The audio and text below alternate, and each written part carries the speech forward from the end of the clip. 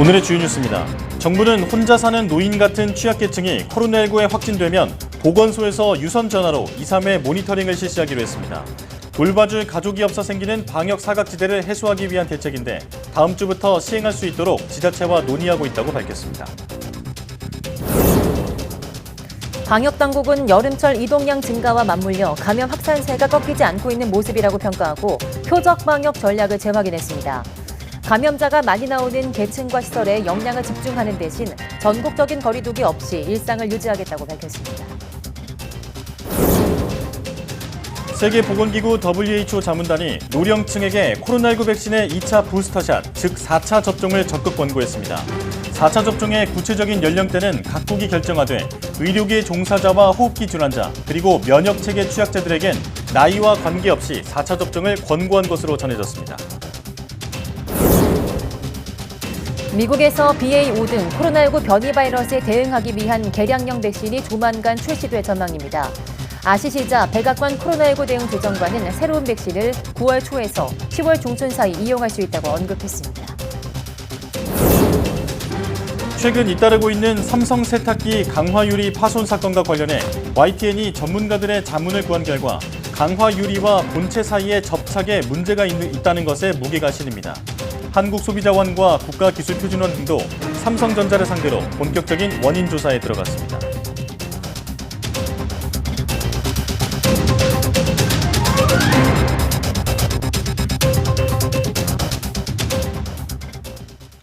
여러분 안녕하십니까? 사이언스 투데이 시작합니다. 코로나19 신규 확진자 수가 13만 명대로 유행세는 꺾이지 않았지만 정부는 일희일비하지 않고 신속한 진단과 표적 방역을 위해 노력하겠다고 강조했습니다. 이기일 중대본 제1총괄조정관은 중대본 회의에서 코로나19 확진자는 13만 명대라며 여름철 이동량이 증가하는 가운데 감염 확산세가 꺾이지 않고 있는 모습이라고 밝혔습니다. 이 조정관은 유비무환의 자세로 사망자와 중증 환자를 최소화하는 데 최선을 다하겠다며 다만 많은 경제적 어려움과 피로감을 초래했던 전국적인 거리두기 없이 자유로운 경제활동과 일상을 유지하겠다고 강조했습니다. 정부는 혼자 사는 노인 같은 취약계층이 코로나19에 확진되면 보건소에서 유선 전화로 2, 3회 모니터링을 실시하기로 했습니다. 중앙재난안전대책본부는 코로나19 재유행 대응의 일환으로 취약계층이 재택치료를 받을 때 가족의 돌봄이 없어 생기는 사각지대를 해소하기 위해 이 같은 대책을 지자체와 논의를 거쳐 다음 주부터 시행하도록 추진한다고 밝혔습니다. 사전 예방조치로는 지역사회 거주 노인을 대상으로 제공되는 맞춤 돌봄 서비스와 재가 요양 서비스를 활용해 건강 상태를 확인하고 필요하면 대면 진료도 안내합니다. 정부는 또 원스톱 진료기관에 대한 추가 점검을 통해 검사와 처방, 대면 진료 등의 기능을 차질 없이 수행하도록 독려할 것이라고도 밝혔습니다. 정기석 국가감염병 위기대응 자문위원장은 코로나19 유행 규모를 예측하는 수리 모델링 분석에 대해서 4주가 넘어가는 중장기 예측은 정확하기 어렵다고 밝혔습니다. 정기석 위원장은 브리핑에서 너무 많은 연구자들이 다양한 예측치를 발표함으로써 인해 혼선이 오는 것은 막아달라고 권고하겠다며 수리 모델링도 그냥 참고자료로 봐달라고 당부했습니다. 정 위원장은 수리 모델링을 통한 환자 발생 예측은 궁금증을 해소하고 정책 방향을 정하는 데 매우 필요하다면서도 다음 주에 어떻게 될지는 가능할지 몰라도 4주가 넘어가는 중장기 예측은 그렇게 정확하다고 말하기 어렵다고 강조했습니다. 미국 정부가 코로나19의 장기화로 재정이 고갈되면서 코로나 백신과 치료제의 무상 공급을 중단하는 방안을 검토하고 있다는 보도가 나왔습니다. 백악관은 코로나19 5세종이 된 BA.5에 대응하는 개량형 백신이 조만간 나올 거라고 밝혔습니다. 워싱턴에서 권준기 특파원이 보도합니다. 월스트리트저널은 조 바이든 행정부가 코로나 백신과 치료제의 무상 공급을 중단하는 방안을 검토하고 있다고 보도했습니다. 팬데믹이 장기화되면서 재정이 고갈돼 비용을 개인으로 돌려야 하는 시점이 다가오고 있다는 겁니다. 이런 가운데 백악관 코로나19 대응 조정관인 아시시 자는 방송 인터뷰에서 새로운 백신이 몇 주 안에 나올 거라고 말했습니다. 우세종이 된 BA.5와 같은 변이 바이러스에 대응하기 위한 개량형 백신 출시가 임박했다는 겁니다. The vaccines that are coming in a few short weeks are specifically designed for the virus that's out there. 제약사 화이자와 모더나가 9월에는 개량형 백신을 공급할 수 있을 거라고 약속했다는 앞선 보도와도 시기가 맞아떨어집니다. 자 조정관은 12살 이상 모든 미국인들이 새로운 백신을 이용할 수 있을 것이라고 설명했습니다. 그러면서 매년 접종하는 독감 백신처럼 코로나 백신도 매년 새롭게 맞아야 할 것으로 전망했습니다.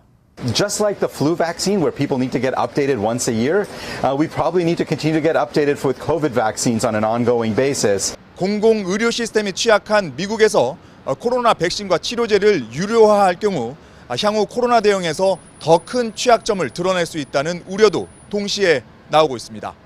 워싱턴에서 YTN 권중기입니다. 세계보건기구 WHO 자문단이 노령층은 코로나19 백신의 2차 부스터샷, 즉 4차 접종을 해야 한다고 처음으로 권고했습니다. WHO 자문단은 또 노령층의 구체적인 연령대는 각국의 상황에 따라 자율적으로 결정하면 된다고 설명했습니다.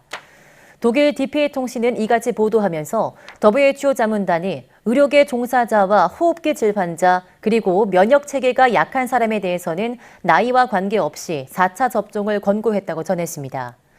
미국은 이미 지난 5월 50세 이상의 성인에게 4차 접종을 권고했고 독일의 경우 지난달부터 60세 이하에 대해 백신을 추가로 접종하라고 권고하고 있습니다. 미국과 유럽 등 해외 각국이 코로나 유행 속에도 외국인 관광객을 폭넓게 받아들이고 있는데요.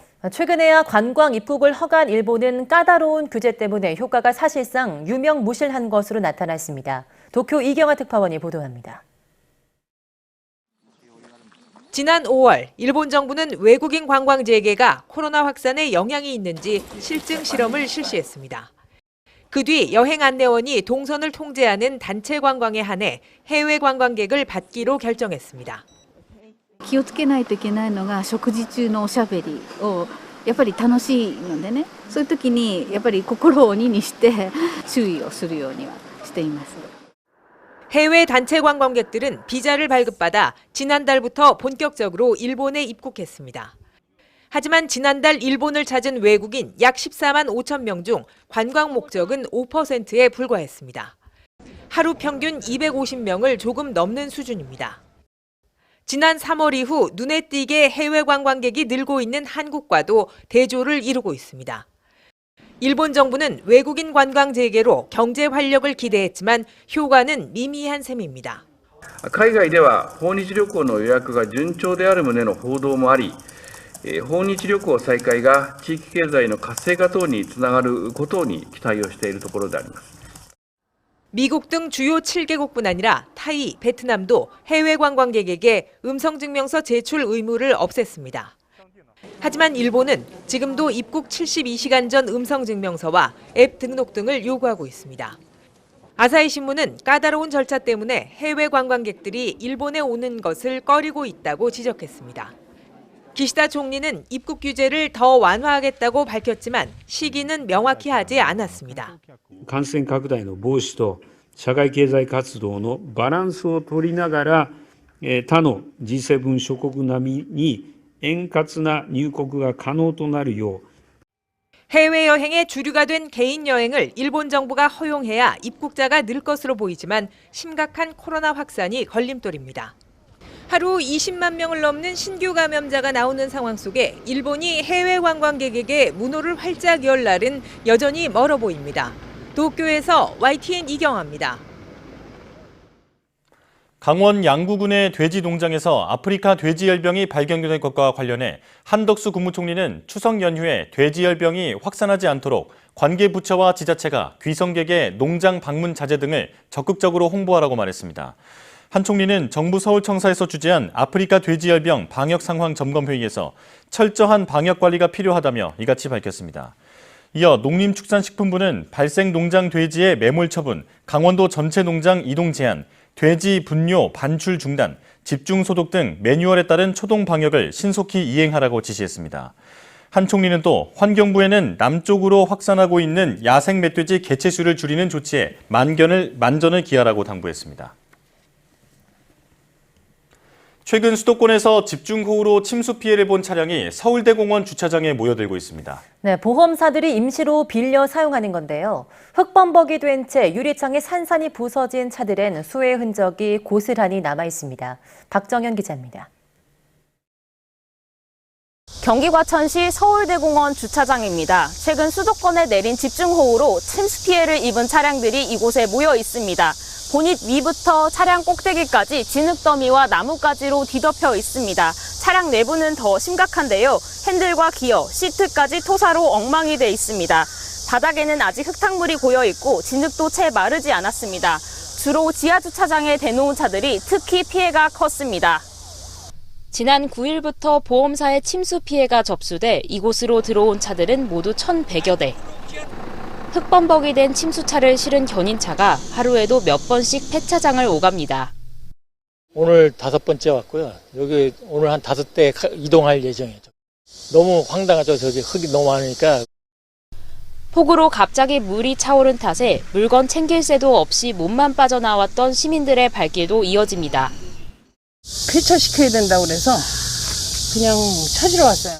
전원이 안 켜져서 CD 하나 좋은 게 있는데 찾을 수 없다 하네요. 전국적으로 지난 8일부터 보험사에 접수된 침수 차량은 11,600여 대, 피해액은 1,600억 원이 넘습니다. 수입차들도 3,000대 넘게 잠겼습니다.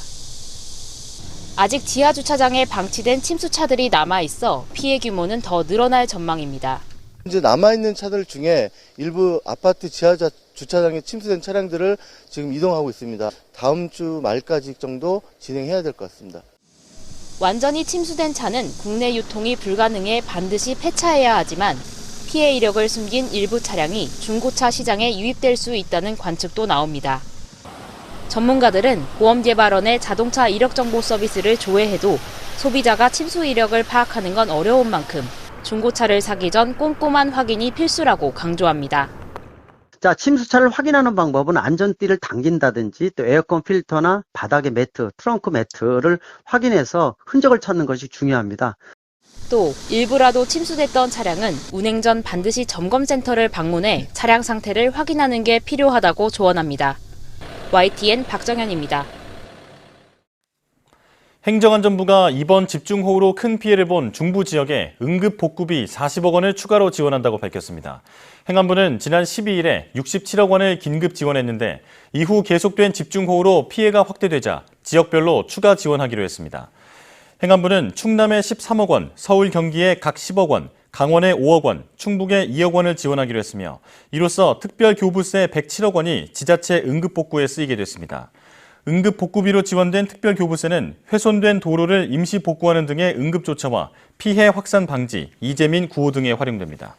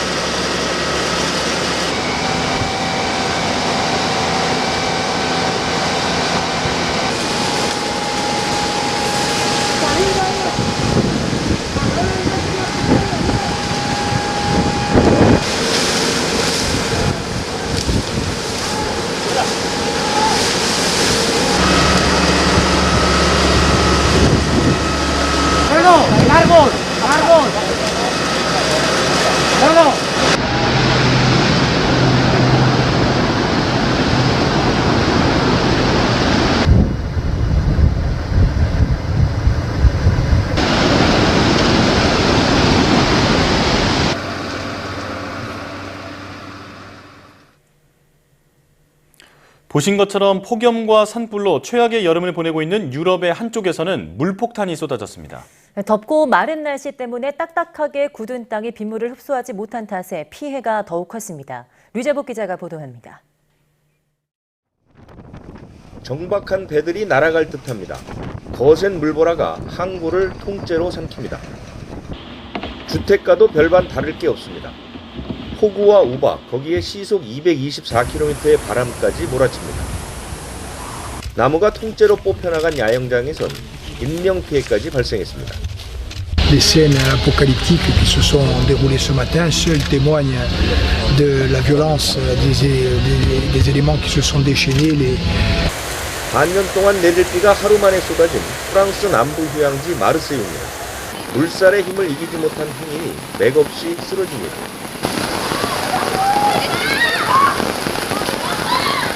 하루 300mm가량 비가 내리자 더는 물을 머금지 못한 산이 흙더미를 쏟아냅니다. 거센 흙탕물에 차와 도로는 물론 집까지 무너졌습니다. 이처럼 피해가 큰 것은 덥고 건조한 날씨로 땅이 굳어서 빗물을 제대로 흡수하지 못했기 때문입니다. Très temporaire et après on retournera quasiment au niveau de sécheresse qu'on avait avant. Donc c'est juste une petite respiration. 더위가 한풀 꺾일 즈음 갑자기 몰아닥친 물난리로 유럽 곳곳이 또다시 신음하고 있습니다. YTN 유재복입니다.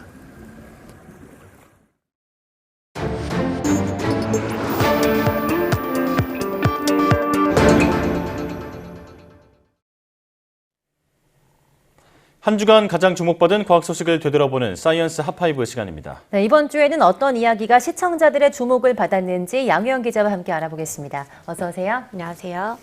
네, 5위 소식부터 알아볼 텐데요. 유전병으로 고통받는 중대형견 견주들에게 희망이 되는 소식이라고요? 네, 그렇습니다. 이 레브라도 리트리버나 독일의 셰프트와 같은 이 중대형 견들에게 자주 나타나는 유전병이 있는데요. 이 고관절 이형성증이라고 고관절 탈구로 인해서 통증이 심해져서 보행이 어렵게 되고 성장도 방해를 받아 다리가 짧아지게 되는 병입니다. 네.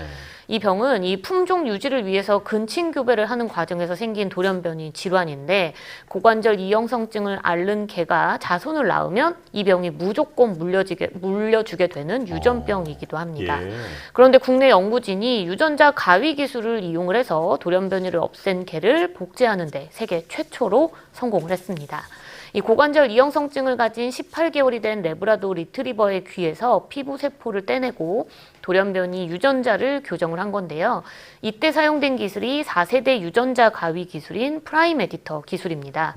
이 DNA 한 가닥만 잘라내서 원하는 염기 서열을 삽입하는 방식을 이용한 건데요. 이렇게 돌연변이가 교정된 체세포를 세포 핵이 제거된 난자와 결합을 한 뒤 복제 수정란을 만들고 이 복제 수정란을 다시 대리모에 착상시켜서 복제개 2마리 진과 제니가 태어난 겁니다. 이 진과 제니는 모두 18개월이 된 지금까지도 고관절 탈구 없이 건강하게 자라고 있었는데요. 연구진은 중대형 견이 많이 이용이 되는 마약 탐지견이나 구조견, 안내견 등에 개발한 유전병 교정 기술을 활용할 수 있다고 설명했습니다. 또 중대형 견뿐 아니라 현재는 소형견의 대표적인 유전 망막 질환을 교정하는 복제개 연구도 진행 중이라고 덧붙였습니다. 네. 네. 앞으로 반려견의 질병을 근본적으로 예방하는 데 큰 도움이 될 것으로 보입니다. 네. 자, 4위는 우주 관련 소식이죠? 네, 그렇습니다. 우주 개발에 있어서 사실 미국과 러시아는 아주 오랫동안 우주 개발 경쟁을 이뤄왔잖아요. 네. 그런데 이번 주에 공교롭게도 미국과 러시아가 각각 다른 우주 관련 소식을 전했습니다.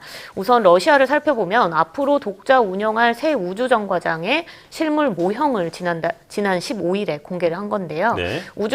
러시아의 우주 정거장 이름은 로스라고 합니다.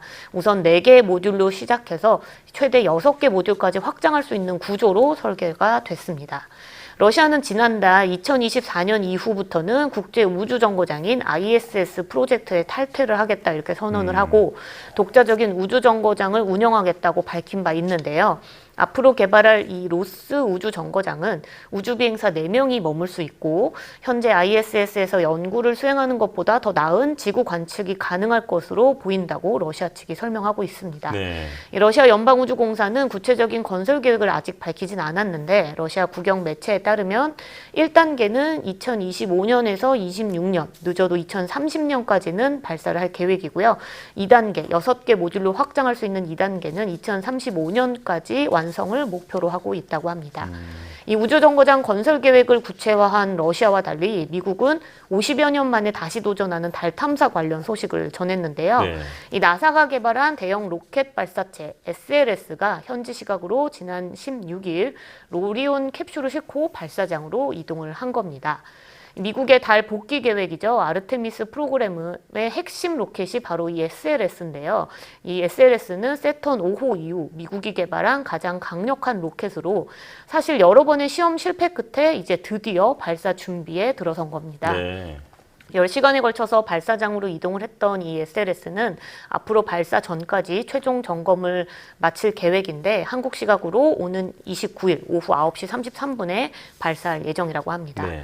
이 SLS 로켓에는 오리온 캡슐이라는 원래 유인 캡슐이 실려 있는데 이번에는 유인이 아닌 마네킹을 태우고 무인 비행을 합니다. 약 한 42일 동안 장기 우주 비행을 통해서 인체에 어떤 영향을 끼치게 될지에 대한 연구를 선행으로 진행할 예정이라고 하고요. 네. 이번 발사가 SLS 로켓과 오리온 캡슐의 첫 데뷔 무대인 셈인데 로켓의 발사 성공은 물론이고 무인 비행까지 성공을 해야 오는 2024년 아르테미스 2단계인 유인 비행과 25년 최초의 여성 및 유색인종 우주 비행사를 달에 착륙시키는 3단계 미션까지 이어갈 수 있을 전망입니다. 네, 그 예전에 뭐 달 탐사도 그렇고 미국이나 러시아의 그 우주 경쟁은 정말 뜨거운 것 같습니다. 네. 네, 3위 소식도 알아볼 텐데요. 오미크론 대응 백신 승인 소식이 3위를 차지했다고요? 네, 그렇습니다. 영국 정부가 오미크론에 대응할 수 있는 백신을 세계 최초로 승인을 했죠. 네. 이 백신은 미국 제약사 모더나가 개발한 것으로 이가 백신인데요.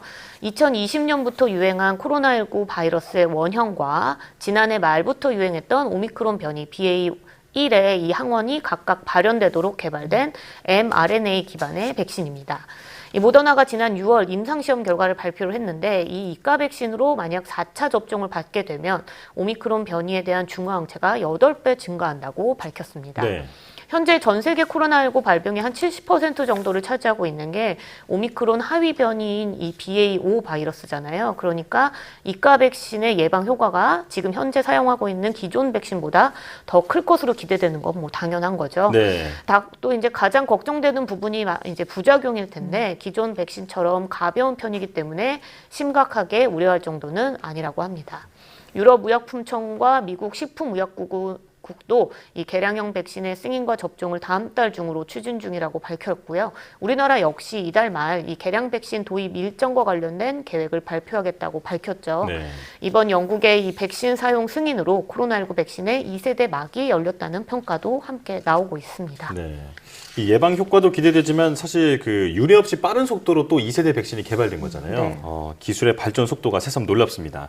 자, 이제 2위는 어떤 소식인가요? 네, 올해 여름이 말 그대로 이상한 날씨다라고 표현하기에 굉장히 적합한 날씨입니다. 우선 여름의 초입이었던 6월에는 사상 처음으로 6월 열대야가 나타나서 여름의 시작부터 찜통 더위가 찾아왔었죠. 예.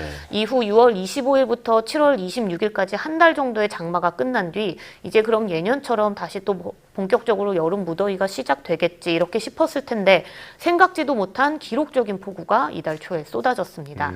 이건 이 남쪽의 뜨거운 공기와 북쪽의 차가운 공기가 만나서 형성된 정체 전선이 내륙을 위아래로 오르내리면서 역대급 폭우를 만들었기 때문이었죠.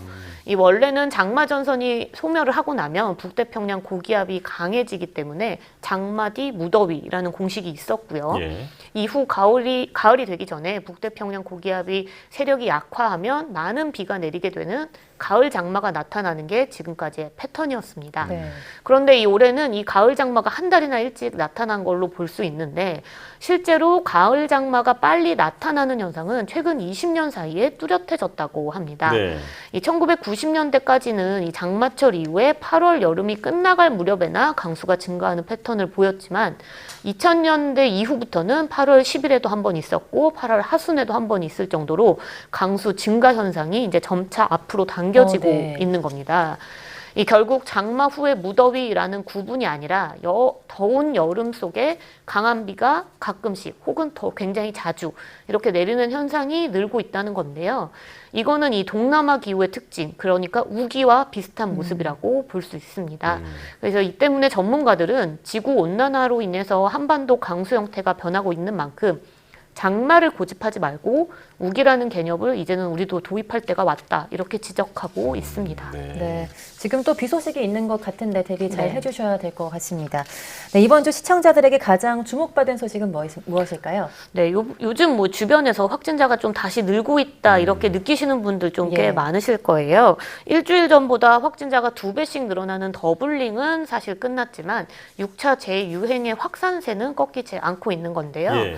방역당국 역시 감염 재생산 지수가 1.18로 7주 연속 1 이상을 기록하고 있다면서 확산세는 꺾이지 않았다 이렇게 평가를 하고 있습니다. 여기에 지난주 우리나라 인구 100만 명당 확진자가 16,000여 명으로 216개국 가운데 1위를 차지했는데요. 인구 100만 명당 이 코로나19 확진자 수는 나라별 환자 규모를 이 객관적으로 비교할 수 있는 수치입니다. 일본이 뭐 11,000여 명이었고 미국은 한 2,300여 명이었으니까 우리나라는 이와 비교해도 굉장히 많은 수치였죠. 그렇네요. 그나마 다행인 건 이 환자 발생 규모가 아주 크지만 고위험군은 잘 관리되고 있다는 건데요. 이 100만 명당의 사망자를 살펴보면 이 일본과 미국보다 오히려 우리나라가 현저히 낮은 거를 볼 수 있습니다. 네. 그리고 또 우리나라의 코로나 치명률은 0.06 정도로 나왔는데 이게 OECD 38개국 가운데 32위에 해당되는 수치입니다. 그러니까 중증화와 사망이 잘 억제되고 있으니 확진자 숫자 자체가 우려할 수준은 아니다 이렇게 보고 있는 건데요. 네. 하지만 국민의 40%가 이미 코로나19에 감염이 된 상황에서도 재감염률이 무려 5%를 넘고 있는 수준이기 때문에 방역당국은 확진자도 3차 접종을 해달라고 당부를 하고 있습니다. 이거는 이 백신을 맞지 않는 사람과 비교를 해봤을 때 결과를 알 수 있는데 코로나19에 2번 감염될 위험을 보니까 2차 접종자는 48%인데 3차 접종자는 74%로 감염 위험이 낮아지거든요. 그러니까 확진 뒤 3개월이 지나면 꼭 3차 접종을 해달라는 겁니다. 앞서 이야기했듯이 오미크론의 효과가 있는 이 개량 백신을 국내에도 빠르면 다음 달에 도입할 수 있는 상황이거든요. 그만큼 확진자들도 3차 접종에 적극적으로 임해야겠습니다. 네.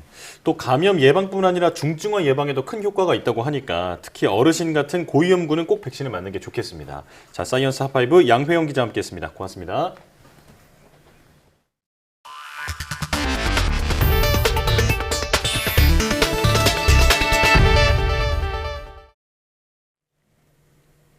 삼성전자 세탁기의 이딴 폭발 사고와 관련해 YTN 취재진이 전문가들을 상대로 취재한 결과 3가지 정도의 공통점을 발견했습니다. 네, 이를 토대로 폭발 원인을 유추할 수 있는데 정보기관도 삼성전자를 상대로 본격적인 조사에 들어간 상태입니다. 황윤태 기자가 보도합니다.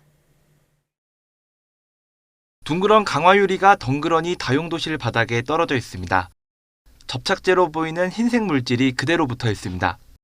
최근 강화유리 깨짐 현상이 잇따라 발생한 삼성전자 세탁기와 같은 모델입니다. 이곳 말고도 경기 부천시와 경남 김해시에서도 폭발음과 함께 유리가 통째로 떨어졌다는 제보들이 이어졌습니다. 본드 이걸로 이 유리가 지탱이 되냐고라고 얘기했거든요. 마치 보면 그 양면 테이프 붙이고 남은 자국 남은 것처럼? YTN 취재진이 여러 전문가와 업계 관계자들을 상대로 취재한 결과 폭발한 세탁기의 공통점은 크게 3가지로 나뉩니다. 동일한 모델에서 사고가 발생했고 생산 시기가 비슷하다는 점, 그리고 무더운 여름에 깨짐 현상이 집중적으로 발생했다는 점입니다. 결국 세탁기 본체와 강화유리 사이에 있던 접착제가 녹아 흘러내려 사고가 난 것으로 추정됩니다. 애초 강화유리가 세탁기의 진동을 견디지 못하게 아예 잘못 설계됐을 가능성도 함께 제기됩니다. 삼성전자도 공식 입장을 통해 일부 모델의 강화유리가 접착 불량 등으로 이탈하는 사례가 발생했다고 공식 확인했습니다. 그러면서 고객들에게 불편과 심려를 끼친 데 대해 진심으로 사과한다고 밝혔습니다. 다만 아직까지는 무상교체와 함께 사전 점검만 권유하는 상황입니다. 정부 차원에서도 본격적인 조사에 들어갔습니다. 한국소비자원이 삼성전자의 사고와 관련된 사실 확인을 요구하는 공문을 보낸 데 이어 산업통상자원부사나 국가기술표준원에서도 삼성전자의 사고 관련 통계와 원인에 대한 정보를 요구하는 공문을 보내 본격적인 조사에 착수했습니다. 자료 요청을 내보내서 자료를 오면 이제 검토를 저희가 하고요. 필요하면 어떤 위원회를 통해서 이렇게 할 수도 있고 아니면 저희 자체로 검토할 수도 있고. 이와 별개로 일부 소비자들은 삼성전자를 상대로 법적 대응을 준비하고 있습니다. YTN 황윤태입니다. 애플의 아이폰과 아이패드 일부 모델에 심각한 보안 취약점이 발견됐다고 AP통신을 비롯한 외신들이 보도했습니다. AP통신은 애플이 지난 17일 자사 일부 제품에 2건의 보안 취약점이 보고됐으며 이것이 적극 악용될 수 있다는 공지를 했다고 전했습니다. 아울러 이번에 문제가 된 제품은 아이폰 6S 이상과 아이패드 프로의 모든 모델, 아이패드 에어2 이상, 그리고 아이패드 5세대 이상 등이라고 설명했습니다. 인삼이나 도라지, 황기 등 약으로 쓰거나 원료가 되는 작물을 약용작물이라고 하는데요. 이 약용작물은 대부분 더위에 약한 게 흠입니다. 게다가 기후변화로 고온 현상이 가속화되면서 재배 농가의 어려움이 점점 더 커지고 있는데요. 국내 연구진이 이를 극복하고 안정적으로 재배할 수 있는 기술 개발에 나섰습니다. 김학무 기자입니다. 태양이 장렬하는 여름 한낮, 한약의 재료로 쓰는 약용작물 천궁이 누렇게 말라 죽고 있습니다. 농가에서 주로 하던 대로 봄에 덮어놓은 검은색 필름으로 인해 온도가 올라가 작물이 제대로 자라지 못하는 겁니다. 토양의 온도가 49도나 됩니다. 반면 흰색 필름을 덮은 다른 밭의 천궁은 싱싱하게 잘 자랍니다. 토양의 온도는 19도. 이 필름에는 작은 구멍이 있어 공기도 잘 통하고 열 차단 기능도 우수해 수분 증발도 막아줍니다. 고사율이 많고 해서 가을에 수확량이 거의 없었습니다. 그런데 이제 그 저온성 필름을 쓰고 나서 고사율이 적어서 가을에 수확을 많이 하게 됐습니다. 비닐 필름을 이중으로 설치한 이중구조 하우스도 여름철 고온 피해를 줄여줍니다. 이곳에서 인삼을 재배하는데 기존 해가림 시설보다 약 3도, 일반 비닐하우스보다는 5도 더 온도가 낮습니다. 연구 결과 수확량은 최대 50%나 더 많습니다. 위에 공간을 두면서 공기가 통하게 하고 가운데 통로를 공기창을 뒀어요. 이러다 보니까 상당히 온도가 내려가는 그런 효과가 있어서 앞으로 기후변화가 점점 더 심해지면은 더 많은 작목들이 문제가 생길 것으로 생각하고 있습니다. 그래서 식량이나 원예 작물들도 확대해서 적용해 나갈 계획입니다. 농촌진흥청은 최근 기후변화가 더욱 가속화됨에 따라 농작물의 고온 피해 등을 줄일 수 있는 기술 개발에 주력하고 있습니다. YTN 김학무입니다. 정부가 최근 경제 상황을 두고 경기 둔화가 우려된다고 밝혔습니다. 높은 물가 상승세에 소비 심리 등이 악영향을 받는 가운데 전 세계 경제 하방 위험으로 향후 수출 회복세가 제약될 가능성이 우려된다고 진단했습니다. 정부는 최근 경제 동향 8월호에서 대외 여건 악화 등으로 높은 물가 상승세가 지속되고 경제 심리도 일부 영향을 받는 가운데 향후 수출 회복세 제약 등 경기 둔화가 우려된다고 밝혔습니다. 코로나19 이후 경제가 회복되는 과정에서 처음으로 지난 6월 그린북을 통해 경기 둔화 우려를 밝힌 데 이어서 석 달째 비슷한 진단이 이어졌습니다. 여전히 높은 물가 상승세가 소비 등을 제약하고 미국 등의 성장 둔화가 수출에 부정적인 영향을 미칠 가능성이 상존하는 상황입니다. 중국은 60년 만에 찾아온 기록적 폭염에 가뭄까지 겹쳐서 그야말로 타들어가고 있습니다. 추석을 앞두고 중국 농산물 수입 의존도가 높은 우리나라도 강 건너 불구경할 수 없는 처지입니다. 베이징에서 강정규 특파원이 보도합니다. 마른 하늘에 로켓을 쏘아 올립니다. 이른바 구름씨라고 불리는 화학물질을 상공에서 터뜨려 인공비를 유도하는 겁니다. 60년 만에 닥친 최악의 폭염에 가뭄까지 겹쳐 중국 대륙은 그야말로 타들어가고 있습니다.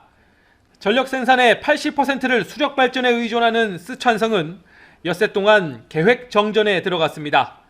현지 업체들은 물론 도요타나 애플 공장 등 해외 기업들까지 생산을 멈췄습니다.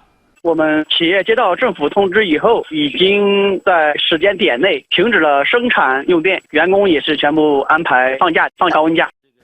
한창 결실을 맺어야 할 시기에 논밭은 거북이 등껍질처럼 갈라졌습니다. 쓰촨부터 안후이까지 양쯔강 유역 6개 성시의 농작물 피해 면적은 117만 헥타르, 제주도 면적의 6배가 넘습니다. 很多地方都持续4度以上，那这个2个高温跟干旱叠加，对水稻影响是比较大的。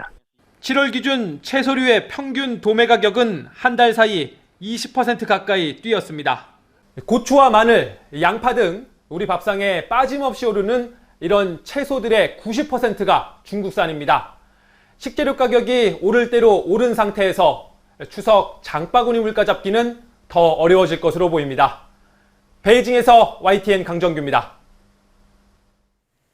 정부가 추석 성수품 가격을 매일 확인한 뒤 이상이 있으면 비축 물량을 추가로 풀기로 했습니다.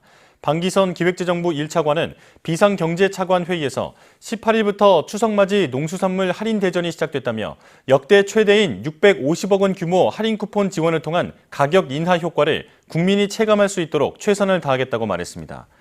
이어 정부가 20대 성수품의 수급과 가격 동향을 매일 점검하고 이상 징후 포착된 비축 물량 추가 방출 등 즉각 대응하겠다고 덧붙였습니다.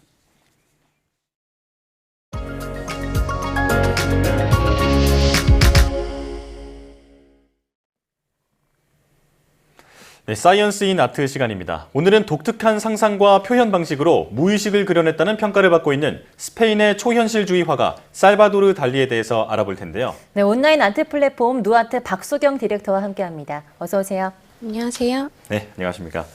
자, 살바도르 달리 하면 사실 그 독특한 외모, 그 수염도 아주 인상적인 그 작가잖아요. 많은 분들이 사실 살바도르 달리 하면 그 시계가 녹고 있는 듯한 그 그림을 생각할 것 같은데 조금 더 소개해 주시죠. 네, 맞습니다. 녹은 시계들이 사막에 널려있는 작품 말씀하시는 것 같은데요. 바로 20세기 대표적인 초현실주의 작가인 살바도르 달리가 그린 작품입니다. 네. 기억의 지속이라는 작품인데요. 1931년작으로 뉴욕에서의 전시에서 처음으로 소개됐습니다. 이 달리는 당시에 초현실주의 그룹이 참여했던 이 전시를 통해서 크게 알려지게 되었습니다. 네, 그야말로 이 달리를 상징하는 작품인 건데 기억의 지속 조금 더 자세히 알려주시죠. 네, 일단 현실에서는 볼 수 없는 풍경인데요. 이 웬만한 상상력 없이는 표현하기 어려운 그림인데요. 네. 이 배경에는 언뜻 바다와 해안선 그리고 암벽이 보이고요. 땅에는 수분기가 없어 보이는 사막처럼 보입니다. 이 앙상한 나뭇가지에 마치 천 조각이 널려 있는 것처럼 시계가 흘러내리는 듯이 걸려 있고요. 그 외에도 2개의 시계와 주황색 회중시계가 하나 더 보이는데요. 전부 흘러내리는 것처럼 걸쳐져 있습니다. 이 아지랑이나 신기루가 떠오르기도 하고 또 언젠가 꿈에서 본 것 같은 광경이기도 한데요. 네. 특히 회중시계 위에는 개미떼가 몰려있는 것처럼 보이는데요. 이 개미떼 같은 경우는 부식이나 죽음 같은 의미를 상징한다는 해석도 있고요. 이 살바도르 달리가 개인적으로 개미에 대한 트라우마가 있다고도 전해지는데요. 그럼 무의식에서 나온 게 아닐까 싶습니다. 또 이 작품의 배경인 바닷가 마을은 달리의 고향인 까탈루냐 지방 해변으로 보이고요. 또 여러 개 흘러내리는 시계에서 억눌린 욕망 같은 것이 엿보인다고 해석되기도 했는데요. 이 시계를 묘사한 부분에 대해서는 살바도르 달리는 까망베르 치즈에서 영감을 얻어서 이렇게 표현했다고 설명했습니다. 또 바닷가와 사막, 시계와 개미 같은 것들을 한데 모아두니까 좀 부자연스러운 것 같으면서도 현실에서는 볼 수 없는 풍경이라 매력적으로 느껴지는 것 같습니다. 네. 정말 뭐 까망베르 치즈에서 저런 시계를 떠올렸다고 하는 것부터가 상상력이 굉장히 풍부한 작가인 것 같은데요. 어떤 사람인지가 좀 궁금해집니다. 네, 이 살바도르 달리는 어렸을 때부터 하고 싶은 것은 꼭 해야만 했던 그런 소위 고집불통인 성격의 소유자였다고 알려져 있습니다. 거기에 또 자아도취 그 성향까지 있었다고 하는데요. 달리는 7살이 되던 해에 왕립미술학교에 입학하는데요. 이곳에서 절친한 친구들을 만나게 되거든요. 바로 시인 페데리코 가르시아 로르카와 또 영화 감독인 루이스 부뉴엘인데요. 이들과 큰 영감을 주고받고 이후 달리는 프랑스 파리로 떠나게 되는데 바로 그곳에서 초현실주의 운동에 합류하게 됩니다.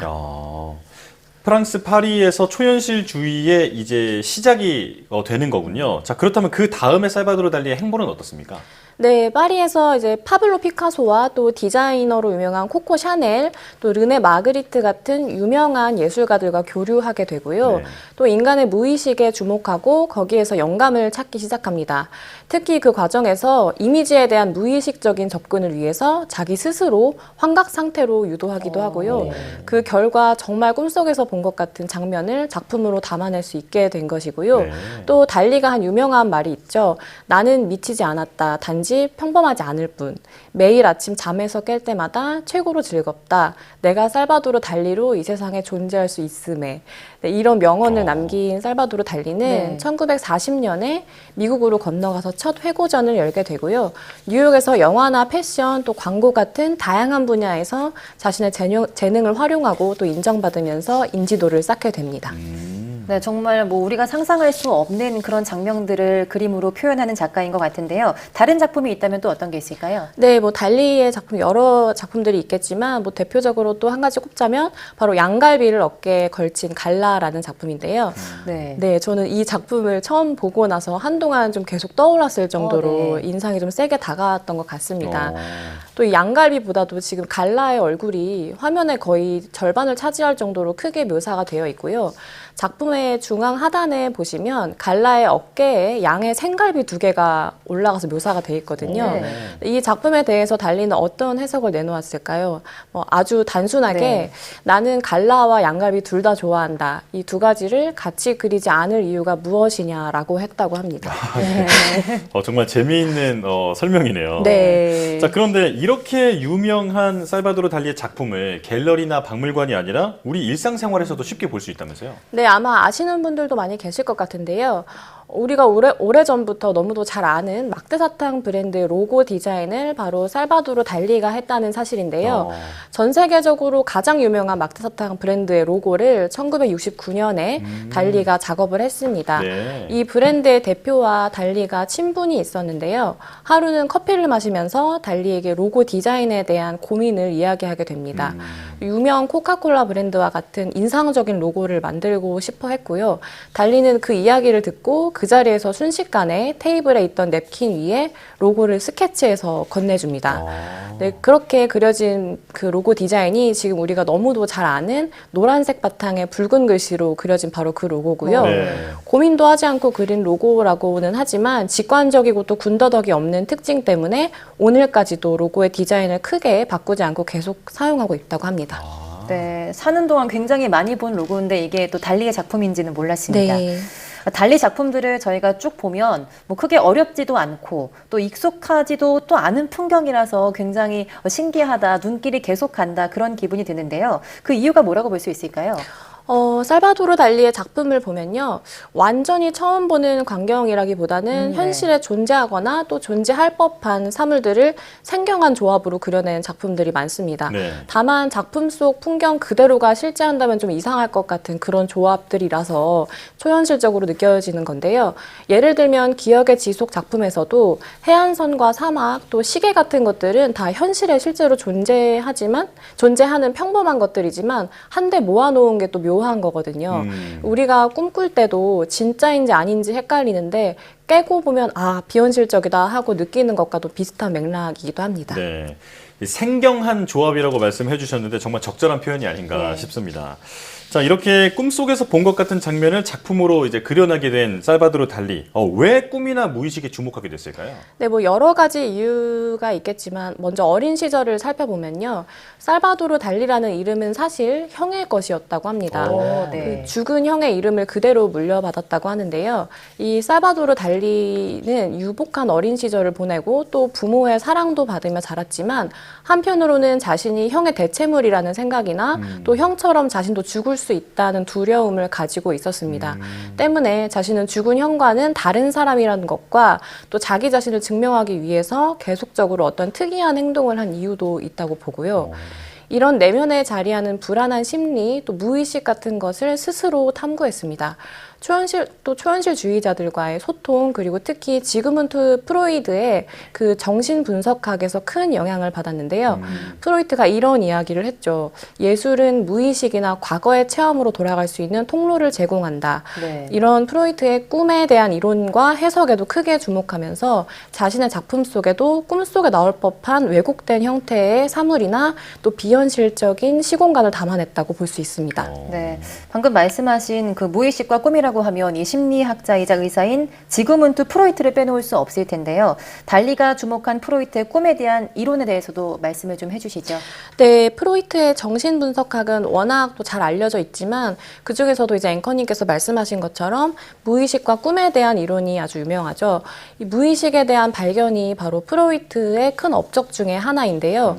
무의식은 여러 가지 형태로 나타나는데 실수나 꿈이나 또 강박행위 같은 것으로 나타난다고 했거든요.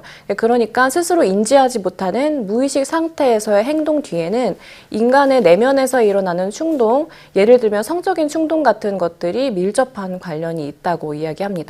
또 사람이라면 누구나 실수를 저지르기도 하는데요. 이 프로이트는 실수가 우연이 아니고 무의식과 관련된 심리적인 행위라고 이야기하기도 합니다.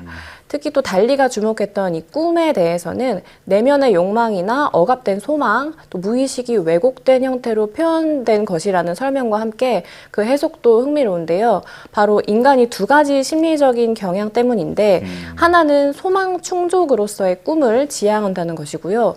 또 하나는 그 꿈을 스스로 검열하고 결국에는 직접적으로 행하지 못하고 왜곡되게 표현한다는 해석입니다. 그렇군요. 자, 그런데 이렇게 그 달리가 꿈에도 주목을 했지만 그 자기 자신보다 더 사랑하는 사람이 있다고 하는데 이 사람이 그 예술 세계에 큰 영향을 미쳤다고 들었습니다. 저 누군지 좀 소개해 주시죠. 네, 달리에게는 한평생 사랑한 여인이 있었는데요. 바로 갈라입니다. 이 갈라는 달리를 만나기 전에는 유명한 시인인 폴 엘리아르의 아내였고요. 또 화가 막스 에른스트의 연인이기도 했는데요. 이 갈라가 바로 달리가 꿈에 그리던 이상형이었다고 하고요. 달리는 갈라에 대해서 자신의 어머니 그리고 아버지보다 심지어 돈보다도 갈라를 더 사랑한다면서 자신은 갈라로 인해서 치유받았다고 여기저기서 이야기하고 다녔을 정도로 열렬히 좋아했다고 합니다. 앞서 이야기했듯이 달리는 어린 시절부터 또 불안정한 내면과 기행이 잦은 좀 특별한 사람이었는데요. 갈라는 이런 개성이 넘치는 달리를 항상 위로하고 또 안정감을 느낄 수 있도록 이끌어 주었다고 합니다. 달리는 이런 갈라를 자신의 그 무엇보다도 가장 사랑했다고 알려져 있고요. 달리가 말하길 자신의 그림 대부분은 갈라의 피로 그렸다고 했을 정도로 예술 활동에 있어서 아주 중요한 사람으로 여겼다고 볼 수 있습니다. 네. 괴짜라고 불렸지만 이제는 뭐 천재로 통하는 달리의 작품 세계에 대해서 저희가 이야기를 나눠봤는데요. 환상과 또 공상의 세계를 경험할 수 있는 정말 멋진 시간이었습니다. 네, 누아트 박수경 디렉터와 함께했습니다. 고맙습니다.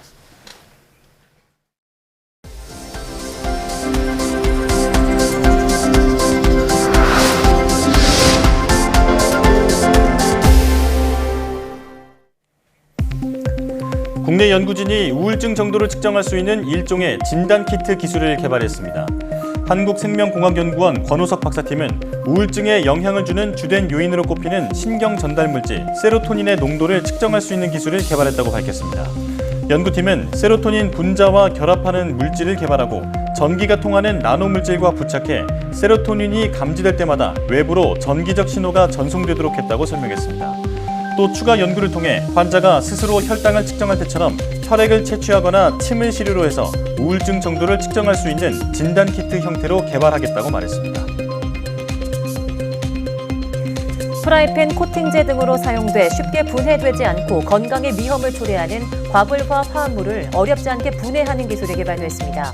미 노스웨스턴대 연구팀은 섭씨 400도에 달하는 뜨거운 온도에서 분해된다고 알려진 과불화 화합물을 80도에서 120도에 저온해서 일반 용해제를 이용해 분해하는 방법을 발견했다고 밝혔습니다. 연구팀은 과불화 화합물의 산소 원자 부분에 용해제와 시약을 적용하면 온도를 많이 올리지 않고도 산소 원자가 분리된다고 설명했습니다. 독성 용매를 사용해 그동안 상용화에 걸림돌이 됐던 페로브스카이트 태양전지를 친환경 공정으로 만드는 기술이 개발됐습니다. 페로브스카이트 태양전지는 현재 널리 사용되는 실리콘 태양전지보다 가볍고 유연한 데다 저렴하게 만들 수 있어 차세대 태양전지로 꼽힙니다. 유니스트 연구팀은 에탄올 용매에 페로브스카이트를 녹여 태양전지 위에 코팅하는 방식으로 페로브스카이트 태양전지를 만들었다고 밝혔습니다. 또 개발된 전지의 효율이 25%를 넘어 독성을 띠는 다이 메틸폼 아마이드 용매로 만든 기존 페로브스카이트 태양전지의 효율과 거의 차이가 없었다고 설명했습니다. 대량의 정보를 활용하는 인공지능 서비스에서 개인정보 유출을 효과적으로 막아줄 기술이 개발됐습니다. 카이스트 유민수 교수 연구팀은 인공지능이 활용하는 데이터의 잡음을 섞어 정보 유출을 막는 차등 프라이버시 기술의 구동 속도를 높여줄 기술을 개발했다고 밝혔습니다. 연구팀은 기존 차등 프라이버시 기술은 애플리케이션의 속도와 성능을 떨어뜨린다는 단점이 있었다며 이런 문제를 일으키는 구간을 찾아내 새로 개발한 인공지능 반도체 칩을 적용했다고 밝혔습니다. 그 결과 구글의 차등 프라이버시 기술을 적용했을 때보다 애플리케이션 속도가 3.6배 빨랐고 엔비디아 기술이 적용된 경우보다도 10배 적은 자원으로도 같은 성능을 보였다고 설명했습니다.